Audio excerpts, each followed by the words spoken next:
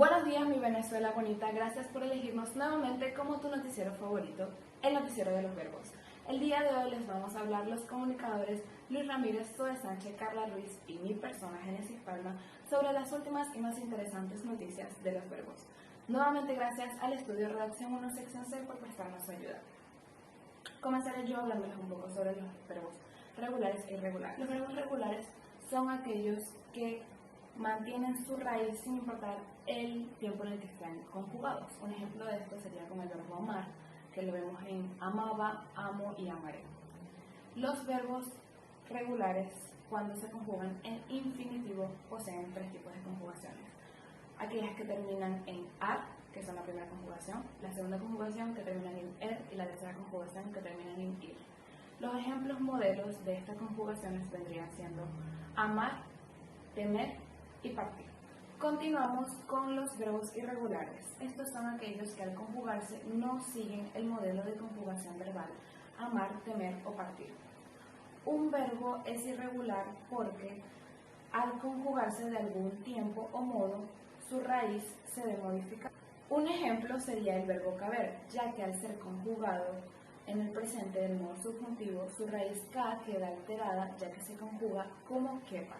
Los dejo con mi compañera Zoe Sánchez. Muy buenos días, querido público, Caracas Bonita. Te habla Zoe Sánchez, comunicadora social, estudiante de la Universidad Santa María. El día de hoy vengo a hablarles acerca de lo que son los verbos intransitorios y verbos transitorios. Voy a comenzar un poco hablándoles acerca de lo que son los verbos transitorios. Los verbos transitorios necesitan de una información adicional, una aclaración que aporte sentido a lo que se está diciendo. Necesariamente deben incluir lo que son los complementos directos. En otras palabras, los verbos transitorios se refieren a acciones que requieren de un sujeto y, como ya había dicho anteriormente, un complemento directo. Es decir, en la siguiente oración, José ha comprado unas flores, quedarían los siguientes elementos. José como el sujeto en acción, ha comprado como el verbo y las flores es aquello donde recae la acción, es decir, sería el complemento directo. De esta manera, el decir yo tengo o nosotros compramos no tendría sentido, ya que estos dos verbos necesitan de una especificación que aclare qué tengo y qué compramos. Por último, le voy a dejar algunos ejemplos de lo que serían verbos transitorios. El primero sería Juan compró comida para llevar, te ofrezco mi ayuda. Ahora les comentaré un poco acerca de lo que son los verbos intransitorios. Estos verbos no necesitan de una información adicional, por lo tanto son autosuficientes. Estos verbos no necesitan la presencia de argumentos, sino que en su misma forma verbal tiene todas las características para poder entender su significado pleno. Esto quiere decir que, como por ejemplo, en el verbo adelgazar se puede comprender solamente de un sujeto. Alguien adelgaza, de tal manera que no tiene ni complemento directo ni indirecto, como lo que haría en el siguiente ejemplo de has adelgazado mucho estos últimos meses. Otros ejemplos de lo que serían estos verbos sería mi primo duerme, el niño nada, el ladrón huyó, etc. Por último, hay que aclarar que un verbo no es por naturaleza transitorio o intransitorio, sino que depende de cómo sea su estructura en una oración. Así, un verbo puede ser en algunas ocasiones transitorio y en otras intransitorios. Muy buenos días, estimadísima audiencia, queridos televidentes. Sean bienvenidos al presente programa matutino del día de hoy. Yo soy su conductor, Luis David Ramírez. Y en el programa vamos a tocar un tema de interés popular y es la gramática. La usamos a diario en la lengua española, pero muchos de nosotros no sabemos cómo, cometemos faltas graves. Confundimos pronombres con adverbios, adverbios con adjetivos y adjetivos con verbos. Hoy vamos a aclarar todas esas dudas con diversos expertos que vienen a nuestro programa a plantearnos todas esas respuestas a nuestras interrogantes. En mi caso hablaré de los verbos pronominales. ¿Qué son los verbos pronominales? Los verbos pronominales son aquellos que se construyen incluyendo en su terminación un infinitivo, un pronombre infinitivo como es me, te, se, nos o os. Este sufijo tiene como fin cambiar el significado del verbo o indicar que la acción afecta directamente al sujeto. Por ejemplo, levantarse, encontrarse, sorprenderse.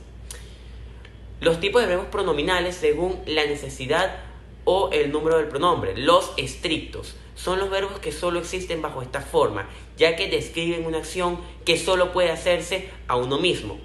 Los verbos pronominales estrictos son intransitivos, es decir, no admiten objetos directos. Por ejemplo, suicidarse. Qué bonita palabra. Son muchos los verbos que pueden actuar como pronominales si contienen un pronombre, o bien como no pronominales si no lo incluyen. Por ejemplo, dirigir, dirigirse, según quien realiza la acción. Reflexivos describen las acciones que uno se hace a sí mismo y el pronombre es a la vez sujeto y objeto. Se podría agregar a mí mismo, a ti mismo, a sí mismo. Al final de la oración, por ejemplo, ya yo me lavé la cara a mí mismo. Cuasi reflejos, para ir finalizando. El pronombre no actúa como sujeto ni como objeto. Son muy utilizados en la expresión cotidiana y describen acciones físicas concretas o de la vida interior. No se podría agregar a mí mismo, a ti mismo o a sí mismo al final de la oración. Por ejemplo, la sopa ya se enfrió.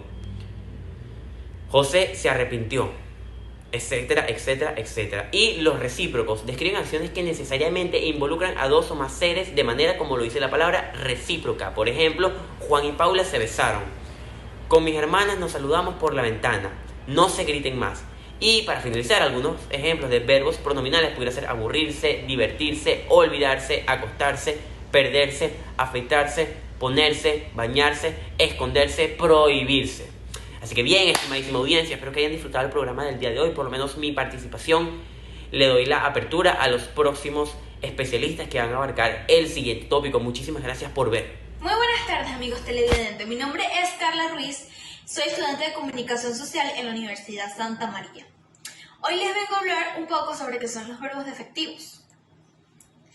Son aquellos caracterizados por poseer una conjugación incompleta, es decir, los mismos pueden ser conjugados en todos los tiempos, modos y personas, como pueden serlo los verbos regulares, aunque algunos verbos defectivos admiten en su estructura el poder ser conjugados todas las formas. Solo se emplean en algunas de esas conjugaciones, como por ejemplo, verbo llover, que se admite poder ser conjugado como un verbo regular, sin embargo es un verbo defectivo. Ejemplos: acostumbrar, llover, balucir, entre otros.